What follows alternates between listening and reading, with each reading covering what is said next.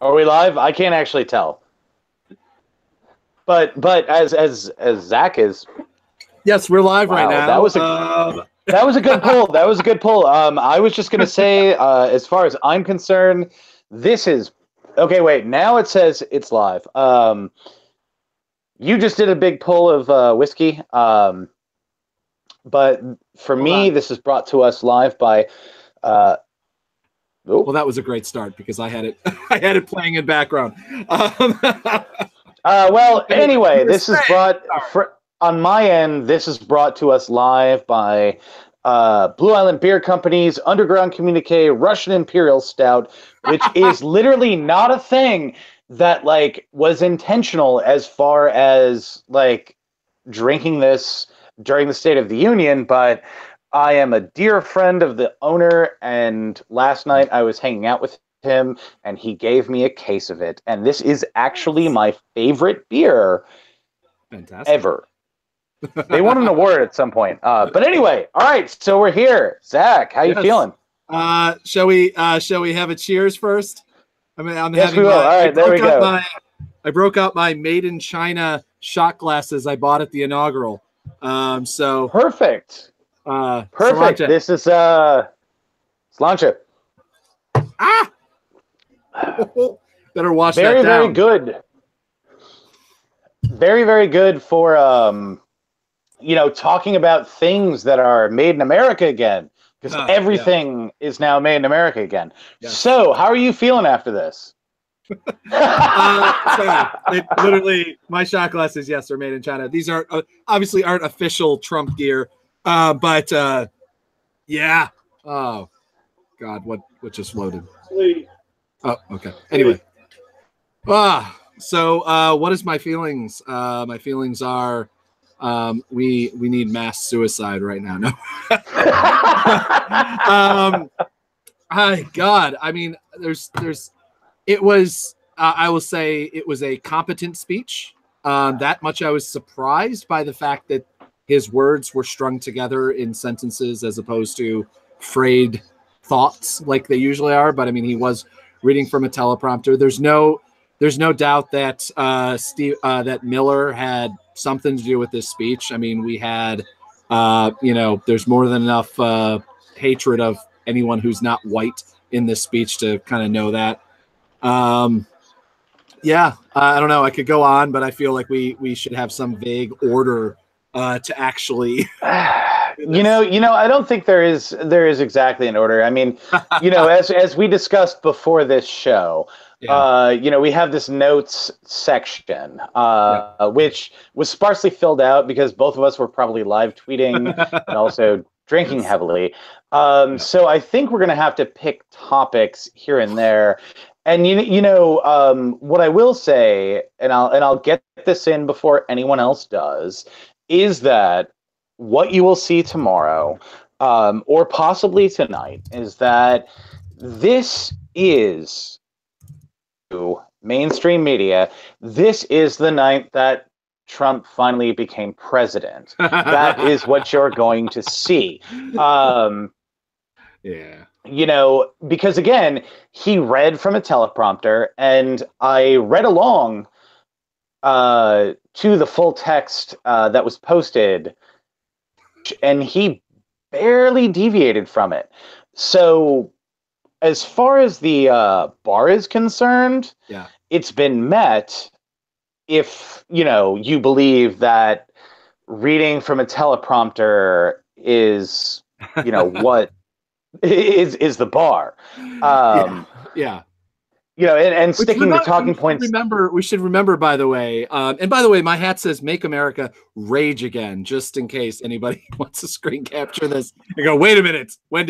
I do have a "Make America Great Again" hat, but I decided not to even ironically wear it because I don't want to be caught dead in it. And now I have hat hair, so I'll be fair. Like, that shit will be screen capped and photoshopped. I'll do this. And to that, I wish I had worn my I'm sorry, Make America Feminist for Once t-shirt that I bought from this band called the War on Women, which is a great East Coast hardcore band, but I couldn't find it. So, but anyway, let's get to brass tacks here, because Yes. we're live, and we've got to give the people what they want, and we have to be engaging and interesting live. Drinking and being miserable. Isn't that just what we promoted it I as? mean, yes. I mean, I'll drink to that. It is what it is. I mean, I have literally hosted State of the Union parties since the W era. And I've live tweeted, like I live tweeted all of Obama while drinking, sometimes at parties that I hosted, other times at by myself or whatever. But this is the thing I've been doing for ages, and I still have to say, well, I can't say I still have to say, those are bad words, but I have to say, this is a moment where I haven't seen, I mean, I've seen plenty of lies and mistruths and all sorts of other things, which I saw during the Obama years and commented on Twitter, and all those things. But I got to go back to W. They kind of say, like, well, this is America's next moment in fascism, like straight up fascism. That's what we're doing right now. I think W took it to a certain level after 9/11. He had the ability to do it.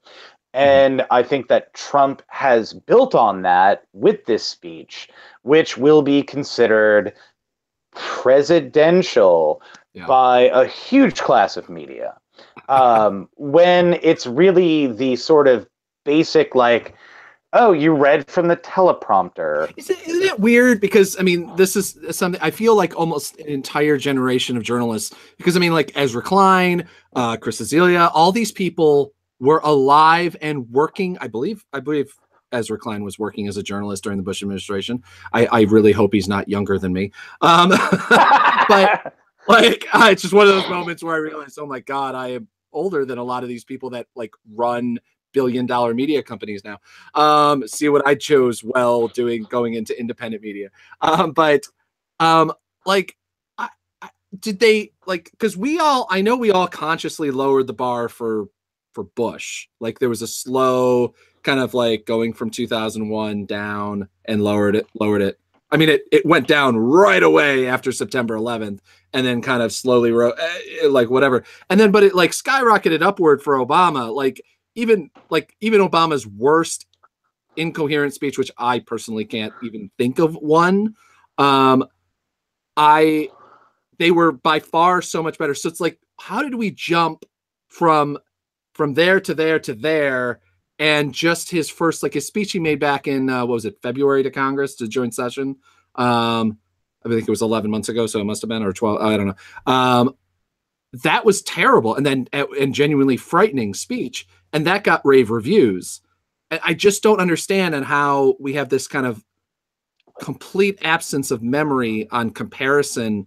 Because, I mean, as I was commenting as well, right before on MSNBC, for some reason we have, she's actually really super fun to watch. But the former Bush, I don't think she's press secretary, but she was worked for the Bush administration. She has an MSNBC show, and she was commenting on, Obama, or I'm sorry, when President Bush, I was in the room, and the FBI director came in and said, you can't do this. He immediately changed his mind, and like talking about how presidential Bush was. And never mind the fact that's terrifying. Well, I don't know if I'm making any sense. I think that's a very, very good criticism on media as media, well, at least well-funded establishment media that, has to maintain access or whatever. I mean, this is a failure, and every State of the Union has always been a failure of media to critically analyze any presidency. And I can say that for George W. Bush. I'll say that for Barack Obama. I'll say that for President Trump.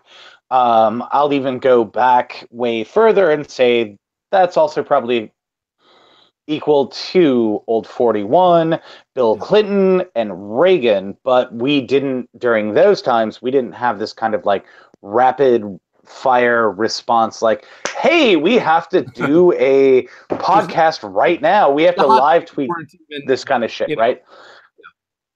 You got a day or two on your hot takes back in the 80s. Like, you don't get those now. You got to have them pre-written.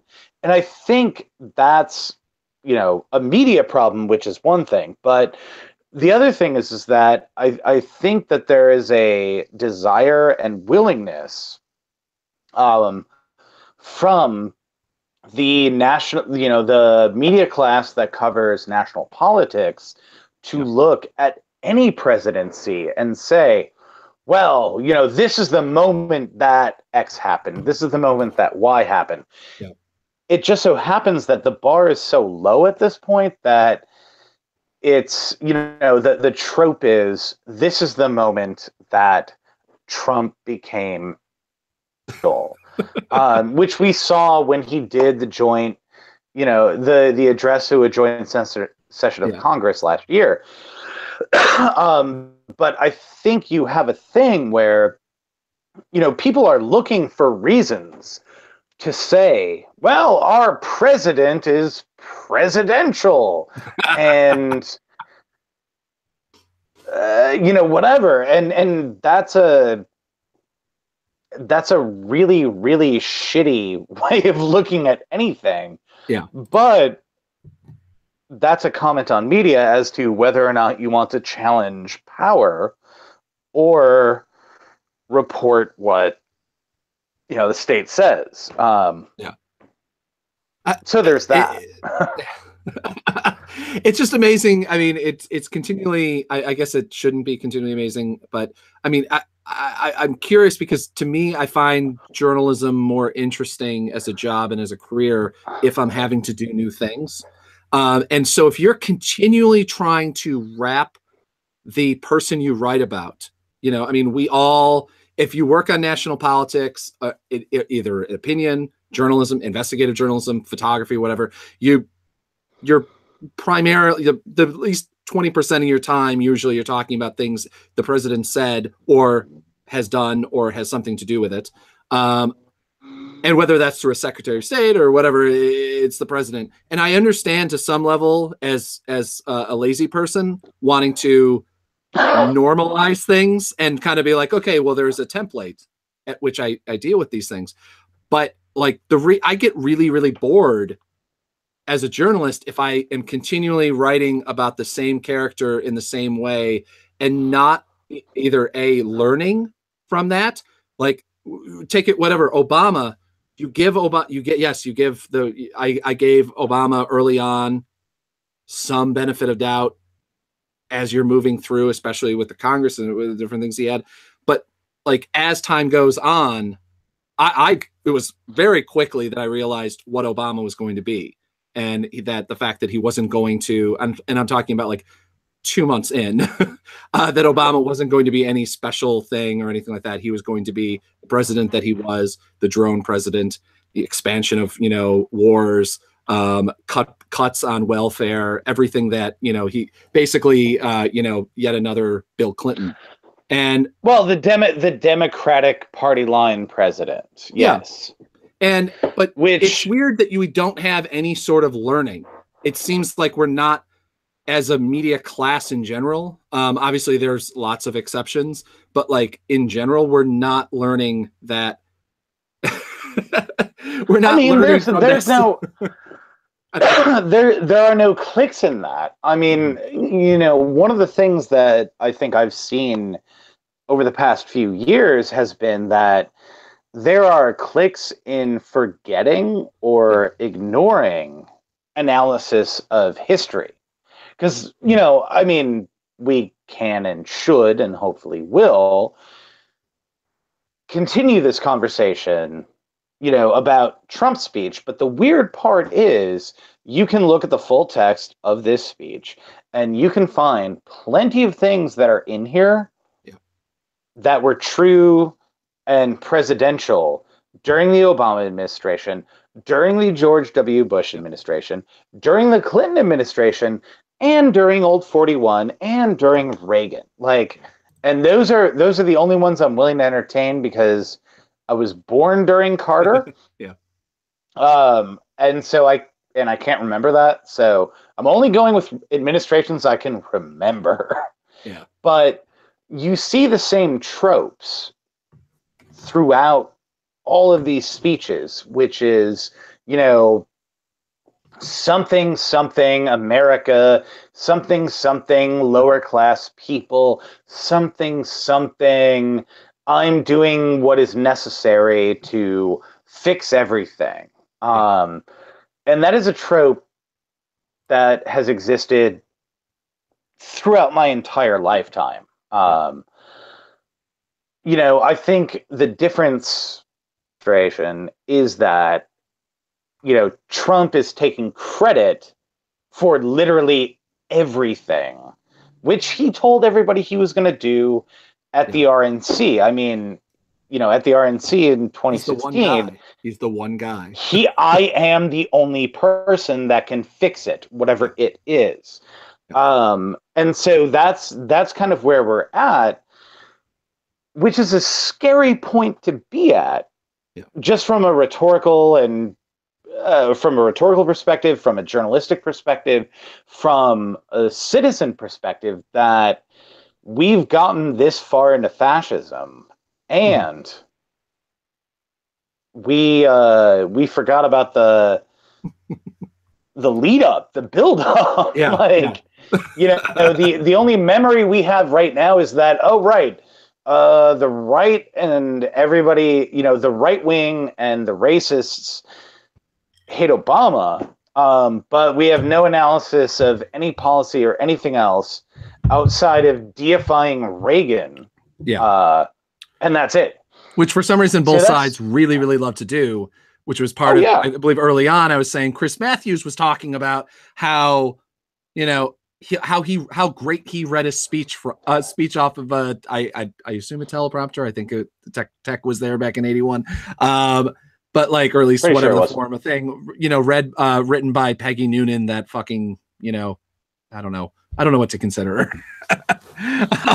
But like all of these people, this is the thing I love, is that all of these people have seemingly forgotten. I mean, they didn't forget. They knew and they agreed with all along. It's just how terrible Reagan was, and how completely grossly incompetent he was his entire 8 years in office. That, yeah, it's a different sort of terrible and horrible than Trump is, but it's not dramatically different. I mean, like the one thing, like, go on. Yeah, I mean, yes, the problem is that the different that Trump is that he's breaking down all the norms, and we're kind of like letting that happen. And I don't know what we as the media could possibly fucking do, which is one of the problems too, is that we get blamed for when we try to have an opinion, and then if we don't have an opinion, we get blamed for that too. So everybody hates us no matter what we do. Yeah, I get it. I'm generalizing massively, but like, you know, hey, we're doing political commentary here. Do you want me to be specific? Give me a break. No, I want you to be specific. Be very specific and have very specific talking points. And does this look like... Wait, we're yelling over each other. This is great. This is exactly what you do when you're on, like, national networks. Two white men yelling at each other. Yeah, I mean, that should... Two white men yelling at each other should be, like, national fucking news, because that is what is national fucking news. That is what... I mean, that's the failing. That is literally the failure of journalism. Two white men yelling at each other sounds like the perfect show for late night Fox News, or hell, even CNN. I don't know, but I mean, that could be late night Fox News. That could be late night CNN. That could be a whole new break off of Chapo Trap House. Like, it is applicable to every single, you know, whatever. But it just so happens you and I decided to do this thing. So we're doing this thing. So sorry about that, but right, and that is the thing that needs to be Don't addressed. apologize. But don't apologize for being white. What are you, like? You gonna give me a sticker that says it's okay to be white like every other fascist? Like, I mean, that is, that is literally the fascist trope. Oh, don't apologize for being white. That is some fucking nonsense. Anyway, I'm gonna go back to our, like, it sounds funny, but that is an actual propaganda tactic that they use. I literally just got yelled at it because I was going after Paul Neon, that white supremacist fucking guy who's running for Congress. So that's literally why it came up in my mind. But anyway. Well, yeah, but I mean, and that is a good thing to analyze and talk about. It might not be the thing that we meant to talk about. Maybe we'll revisit that in another podcast. Yes. But that whole, like, it's okay to be white nonsense is just a fucking racist trope that people use. That white supremacists and Nazis and fascists use for a variety of recruiting reasons. But that said, I'm going to go, that's a good segue into this speech. Yes. That's actually a good segue into this speech. Part of the speech, it's a good segue into it. That's the weird part. Like, Trump said, he has decreased unemployment for people of color, nationwide. He specifically said there has been no, African American unemployment in, this year has been lesser than some sort of arbitrary number that was decades ago. Yeah. Then he also mentioned, unemployment of what I assume is folks from Latin countries. He specifically said Hispanic. That is a decide, that's a one way of interpreting it. I'm not going to, that's what he said, which is also not true, specifically because he's also deporting people from those countries. So, my question to you, Zach, yes.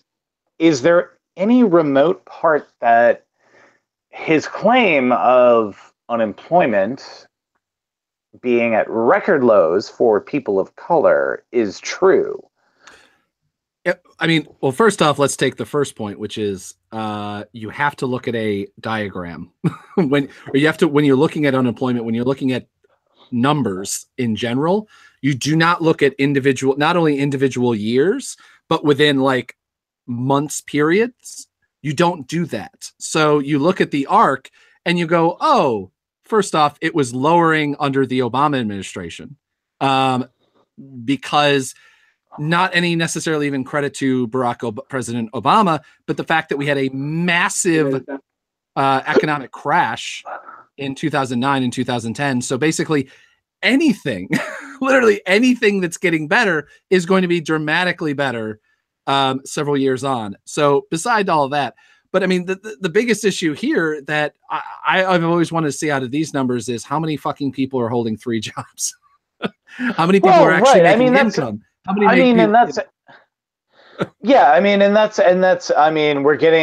that's directly related to the fact that we're, talking about the, increase of white supremacy and racism, and this is directly related to that, which is, one of the things Trump said was, after years of wage stagnation, we are finally seeing rising wages, which is an absolute, it is an absolute lie. Yeah. Because the federal minimum wage is still $7.25 an hour, which that one was set in 2015. And yes, I know various states have other minimum wages, but that's because they were hard fought against business. But $7.25 an hour is a yearly take of about $1,500 and some, $15,000 and some change. Yeah. Which is basically near the poverty line. And so this guy here is trying to say wages are the highest ever since we've had wages, Yeah. which is patently fucking false. And his picks for the cabinet, his cabinet positions, etc., are all people who want to bust unions and bust anyone that wants to make higher wages. So, what of that? Yeah, I mean, in general, I mean, you have the massive problem where when you take numbers like this again, you average everything, and so these probably also include CEO wages, that which is beyond ridiculous. And also, I mean, the idea that Trump has not introduced any policies over his entire 1 year in office now that would have any effect on that. There was a commentator on, I forget whether it was CNN or MSNBC, a Trump surrogate, who was claiming, well, clearly, the African American unemployment has gone down and wages have risen because of the tax cut, which it's been a month. Which, I mean, well, one, it's a month, and that's not how economic policy tracks. But two, even in that month, we've already seen news stories about companies that have done layoffs. Walmart, yeah. Because they could. Because it was like, oh, we could lay people off thanks to the tax cut? Great. Yeah. Do it. And that shit happened. So this idea of, yeah, I'm doing shit for the economy is bullshit. Yeah. Why? And I mean, give me something on this. One of the problem, and this is, I think, one of the problems with any Trump speech or anything like that, so many of the statements are so ridiculous on the face of them, is that you stop.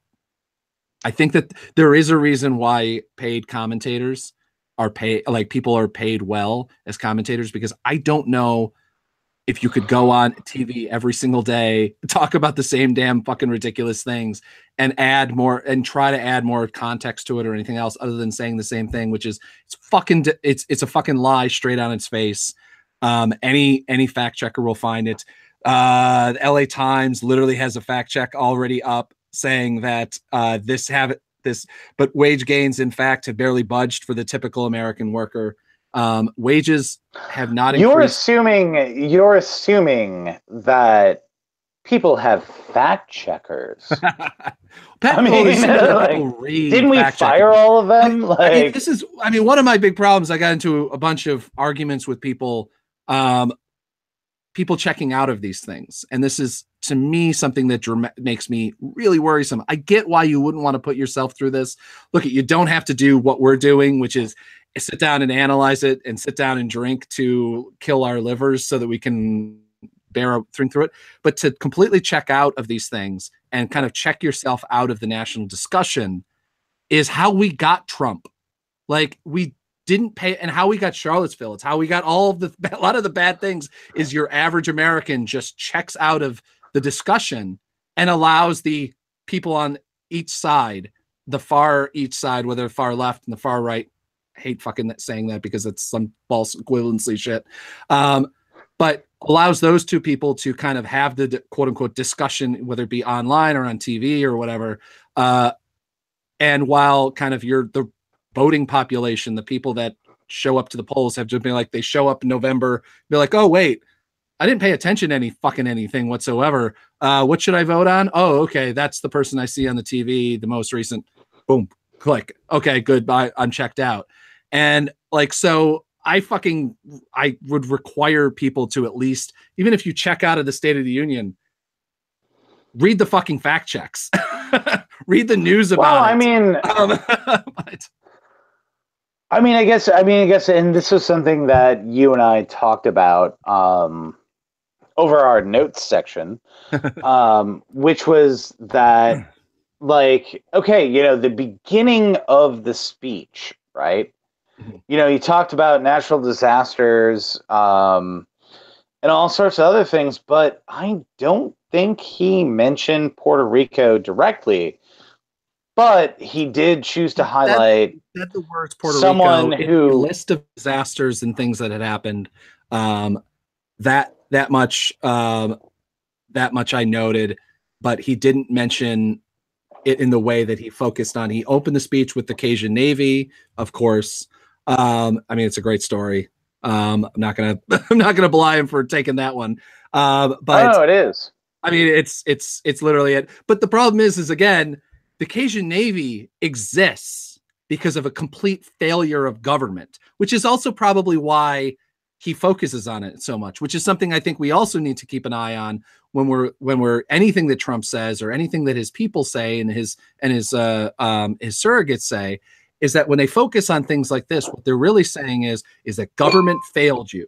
The reason they talk about Katrina at all in any way, shape, and form is because they get to say, see how government failed you. See how government didn't do shit for you. And it's all of you who need to get together. So that means we can cut the budgets for FEMA. That means we can cut the budgets for the CDC. That means we can cut the budgets for welfare, because when times are tough, Americans come together and help each other.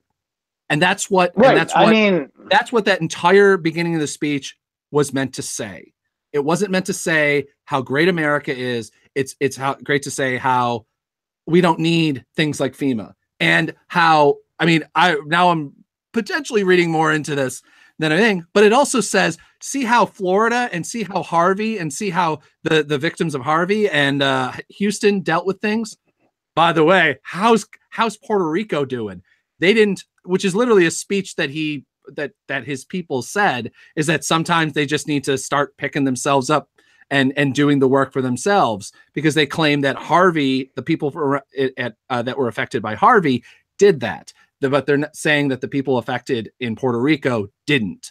And that's, again, what that opening part of that speech was almost perfectly written for, if you were to analyze it.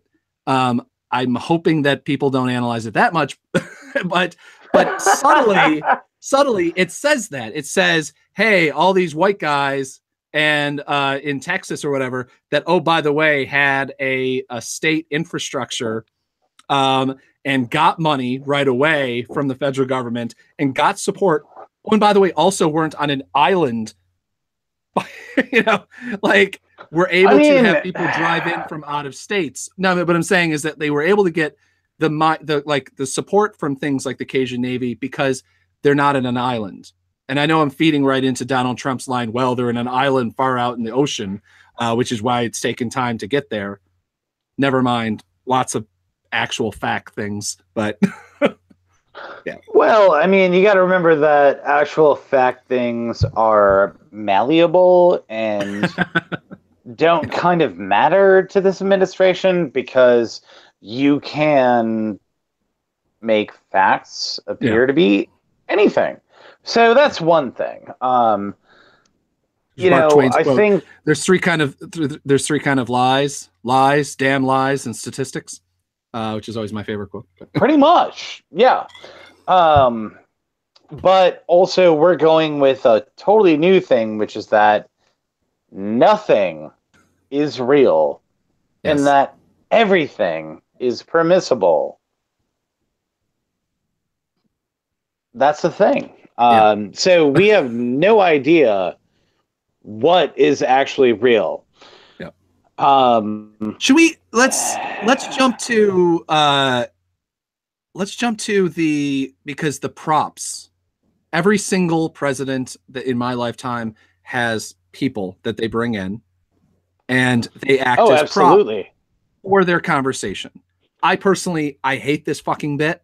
I hated it when I do too. When Clinton did it. I hated it when Bush did it. I hated it when Obama did it, because they're always this weird statistical. They're the story that you're able to give about the one individual fucking guy. This is like the entire time during the Obama administration, there's like 12 guys that Republicans would cite, be like, well, John Smith in New Jersey is paying $42 billion for health insurance. And you see, that's why Obamacare doesn't work.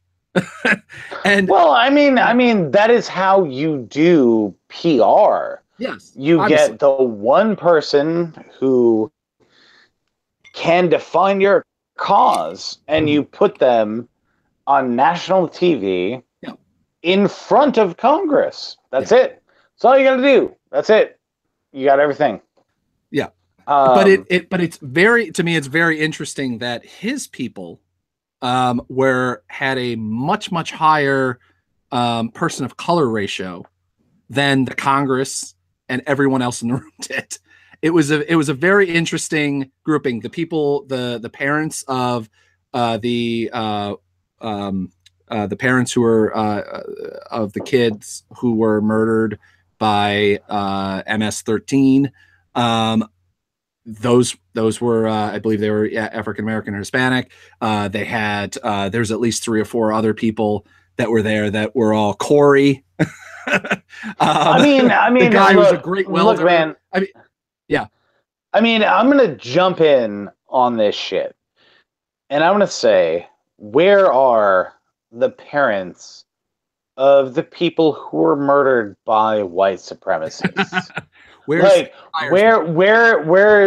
Heather Heyer's parents?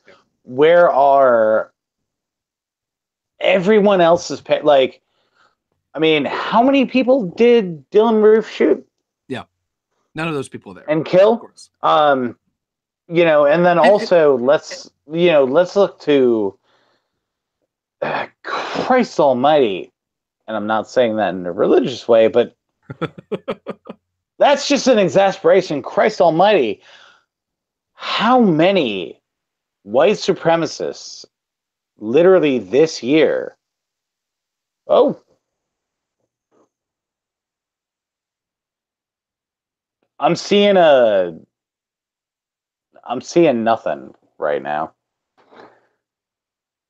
If I am able to be viewed, and I can't hear you, Zach. Sorry, you cut out just for a moment and froze. Okay, I'm sorry to cut out with that. Wow, that's weird. And it's weird that this time I would be, been fine. Anyway.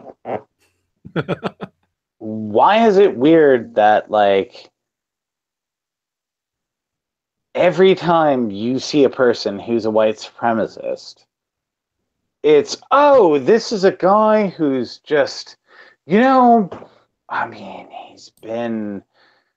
he's just a hard luck story and whatever. But every time you see a person of color shot by the police, it's like, oh yeah, no, that person deserved it. How does that happen? And why aren't we analyzing that literally every day?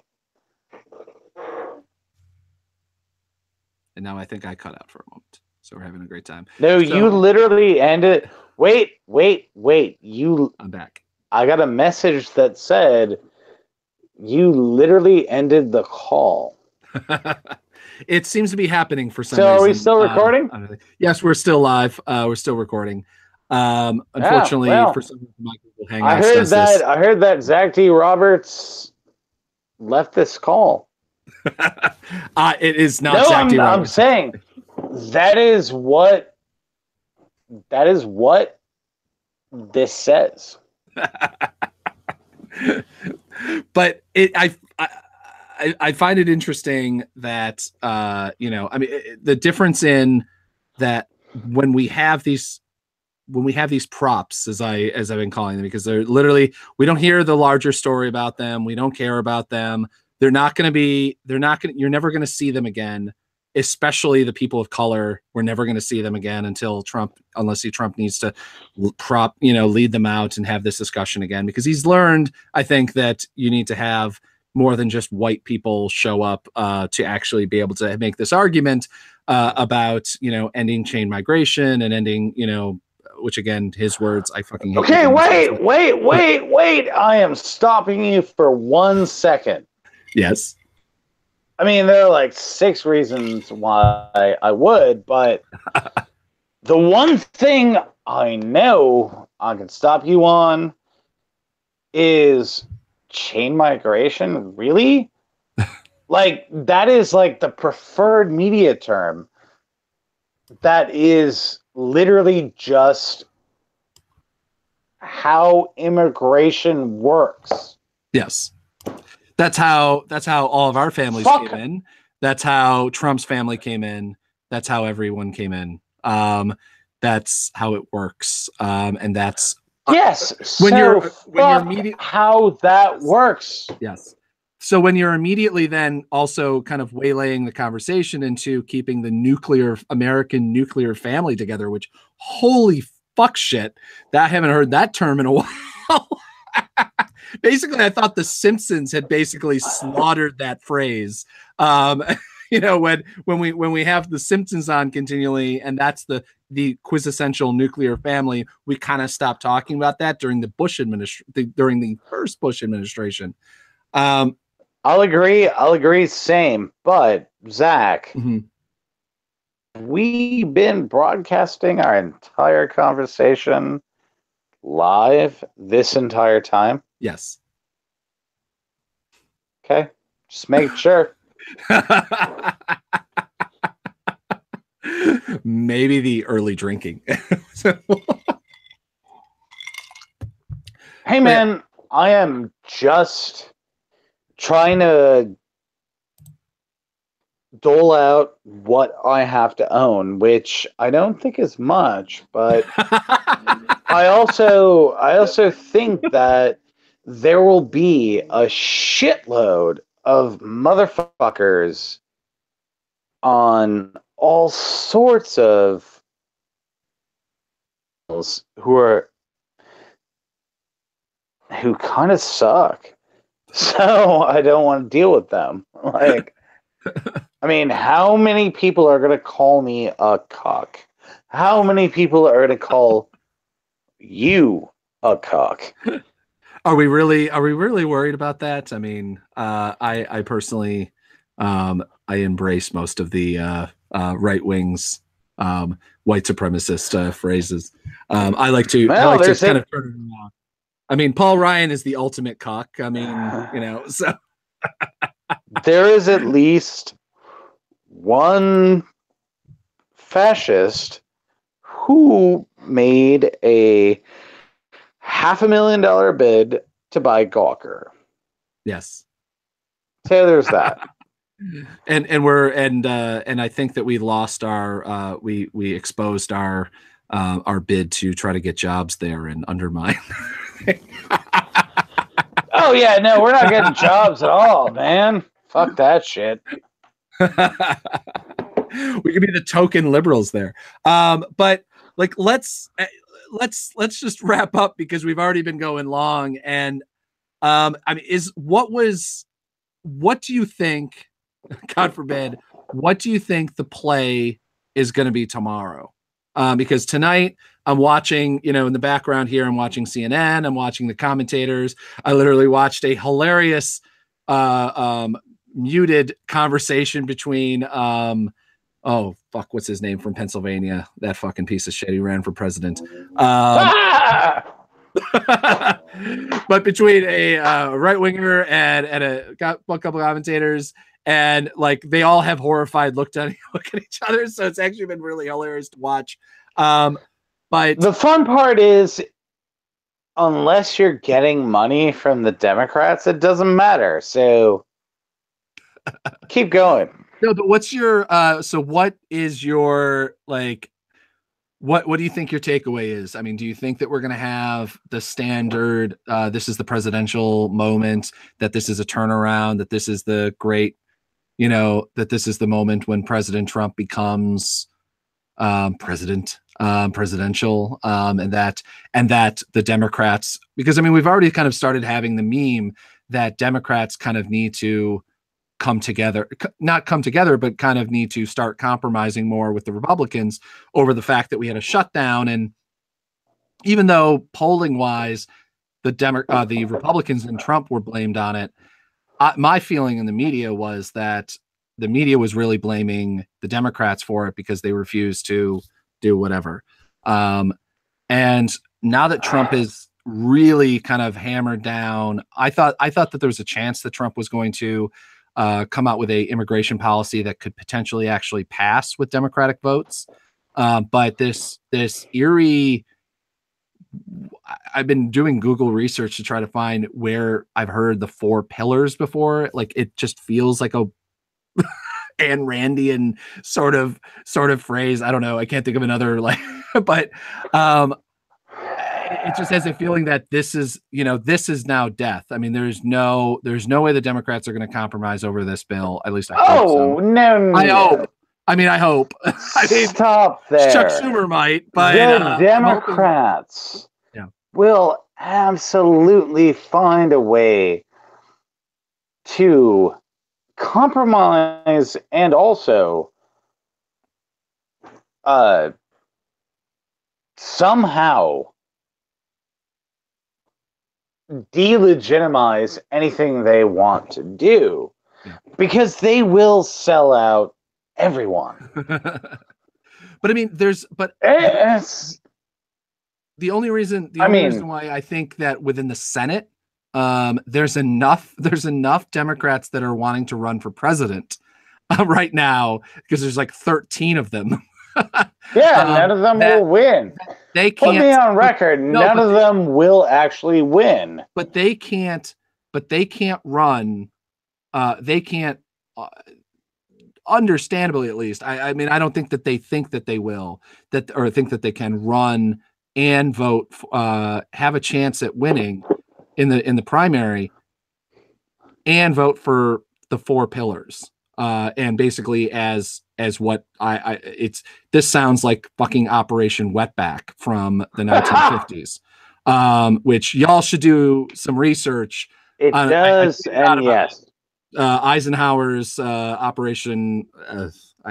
I hate using the word, but check it out. And it rounded up hundreds of thousands of mostly Mexican immigrants at that time, and sent them back and like deep into Mexico, and shit ton of people died.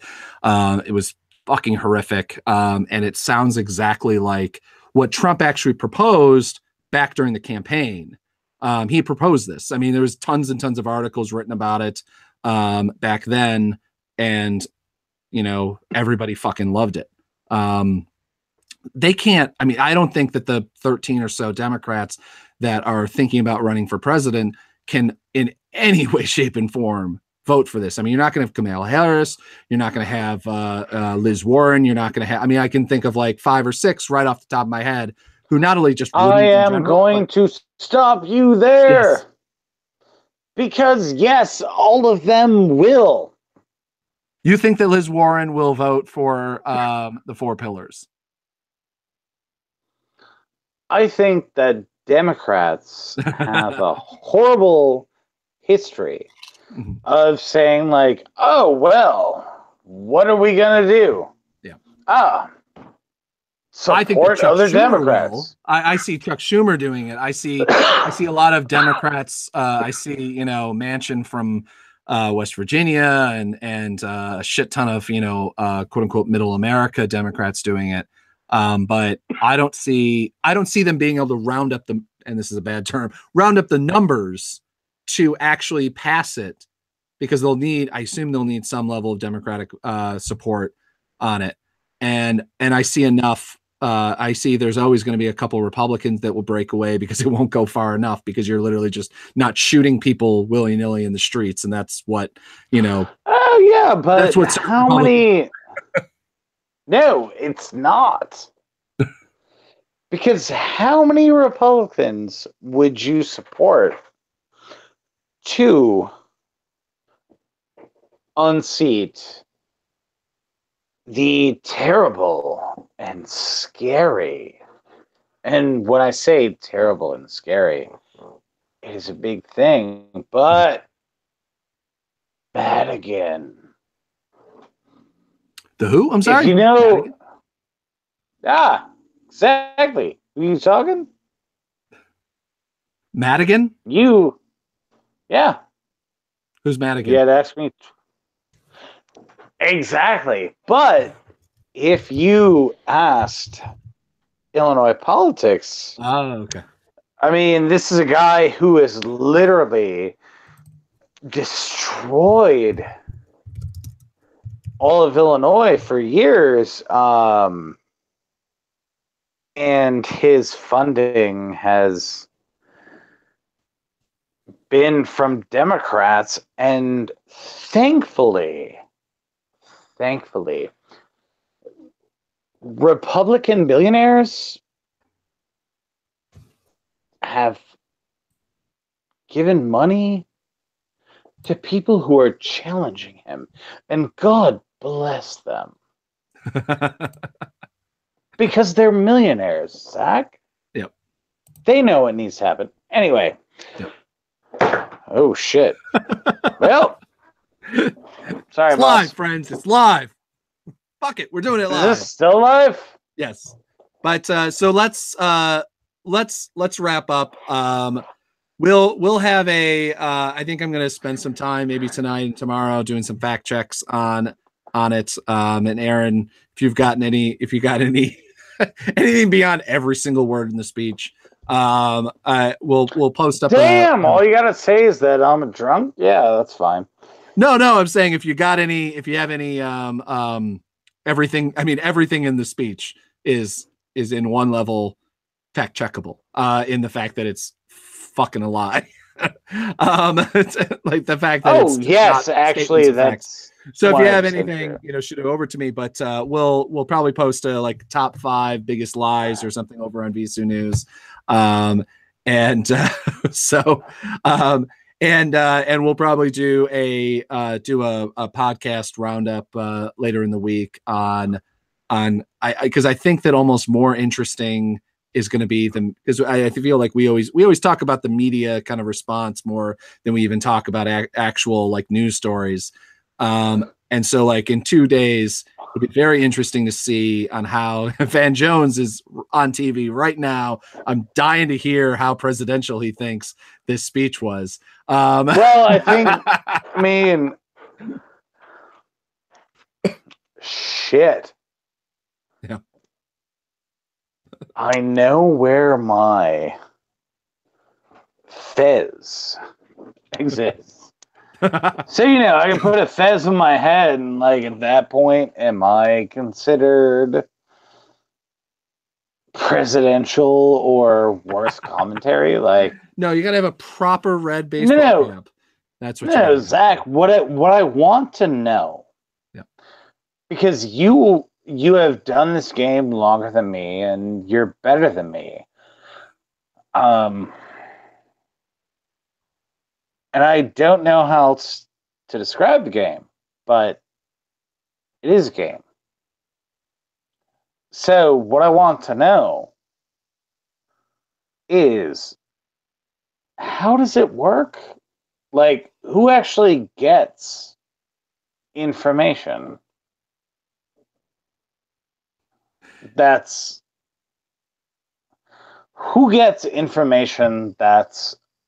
quote unquote unbiased or whatever nonsense people attach to it? I'm not quite so sure about that. But we're gonna sign off for the moment. And you have a good night, Aaron. And everybody, a few people watching. We'll be back later. No one's watching. No one cares.